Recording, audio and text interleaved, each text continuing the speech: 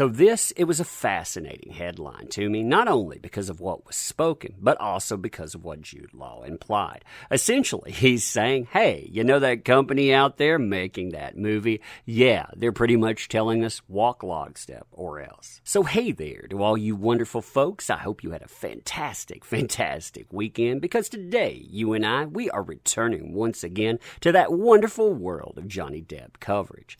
Like I say many times too, this is not about Hollywood. This is not about celebrity. It is about right being right, wrong being wrong, and well, we've seen wrong played out on center stage. Now, like I said previously, I found this to be fascinating for a number of reasons. First of all, we have a statement from Jude Law. You and I will break that down in just a second. We also have the implications housed therein, which we'll talk about, but there's also that level that involves Warner. You know, essentially saying, hey, Warner Brothers, they do allow statements on this. They do allow the implication. And well, I thought that was fascinating. Why? Because of a certain Harry Potter writer, a person that didn't give a statement. You know, a lot of people said, you can't make those. And well, you can make those, I guess, as long as they're nuanced. Jude Law actually presents a fascinating quandary too, because just like J.K. Rowling, just like Ezra Miller, he's had problems in the past. And you and I, we'll talk about those in just a moment. First, though, let's look at the statement and let's look at it in context. You know, a lot of other places, they're losing that. So let's go to the original source. That's ET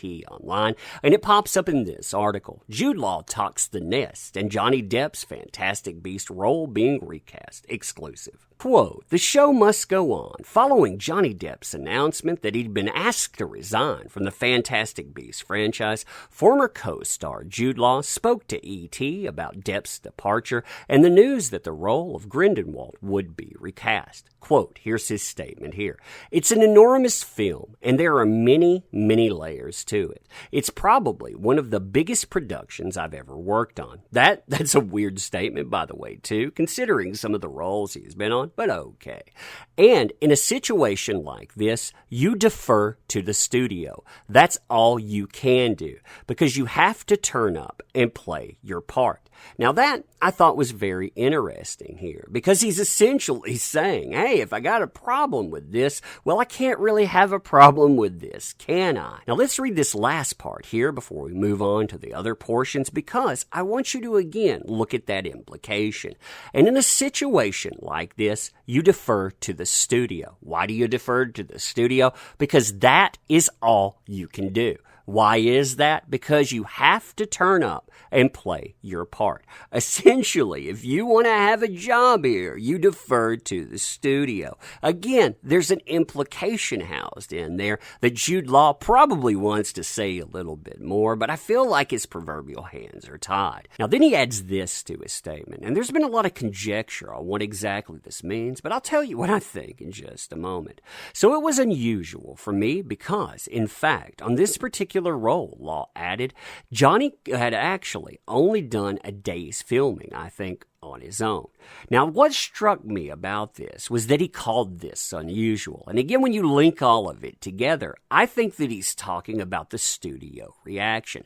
In a situation like this, you defer to the studio, talking about their reaction. That's all you can do. But it was unusual for me talking about him seeing that, because on this particular role, he'd actually only added in a day's filming. Now, what's interesting about this is that we have seen studios react to all types of situations, but this situation is unique. Why? Because of what brought it on. It wasn't because Depp had gotten in trouble about anything. In fact, it's quite the opposite. Depp had decided he would go out and he would defend his reputation. He stood up in Hollywood. He said, hey, this has happened to me. I've got to talk about it. And for that, well, you saw what came down the pike. Again, I think that he's noting how unusual that reaction was, how them going in behind the scenes and actually deciding to take action is. And when you think about what happened, well, oh man, what a bad look here. Then he makes this part of the statement. I want to remind you of something before we continue with this. You remember that article we were just looking at? You notice how we've changed articles here. That's because E.T. didn't actually put this into the print version. decision. I found that to be, I don't know, kind of suspect considering if you look at this part of the statement, it shifts the blame from members of the team. It puts it directly on the studio, directly on the company. And yeah, E.T., they decided again not to put that into the print version. I had to go and pull this from Harper's Bazaar. But this is how he finishes it off. In a franchise like this, it's the studio and the company that make the big decisions. And you have to go along with those because we're just a member of the team. Now that, like I said, was the most pointed comment of it all. Why? Because it seems to imply, I would take this as a heavy implication, that Jude Law does not agree with that stuff. Why? Because you have to go along. We're just a member of the team. We don't have any power in this. It's the studio and the company that are making these types of decisions. Again, why would you go out and put out this statement if it wasn't a statement of support? And moreover, if it wasn't an indictment of the studio and the company. And I think that that's fair too, because a lot of people are focusing on everyone associated with this production, myself included. I don't blame the actors necessarily. I do blame a certain writer that's attached because of some of the things that came out. But they're saying here, yeah, we don't have power in this. It was all them. Now, I'll be honest with you. When I first saw articles associating Jude Law's name with any sort of statement, I was mildly apprehensive because I did not know what the man would have to say. I mean, him making a statement at all, it carries a lot of risk. And that risk, it surprises me considering Jude Law isn't the type of person that needs to be losing any type of roles out there. And make no mistake, that statement, it definitely carried risk for Jude Law. How do I know? Because it wasn't an approved Warner statement. They didn't rubber stamp it. If they did, it would have read a lot different. Basically, it would have sounded like this. Ooh, Warner, do you hear my applause? Yeah, Warner, I love you.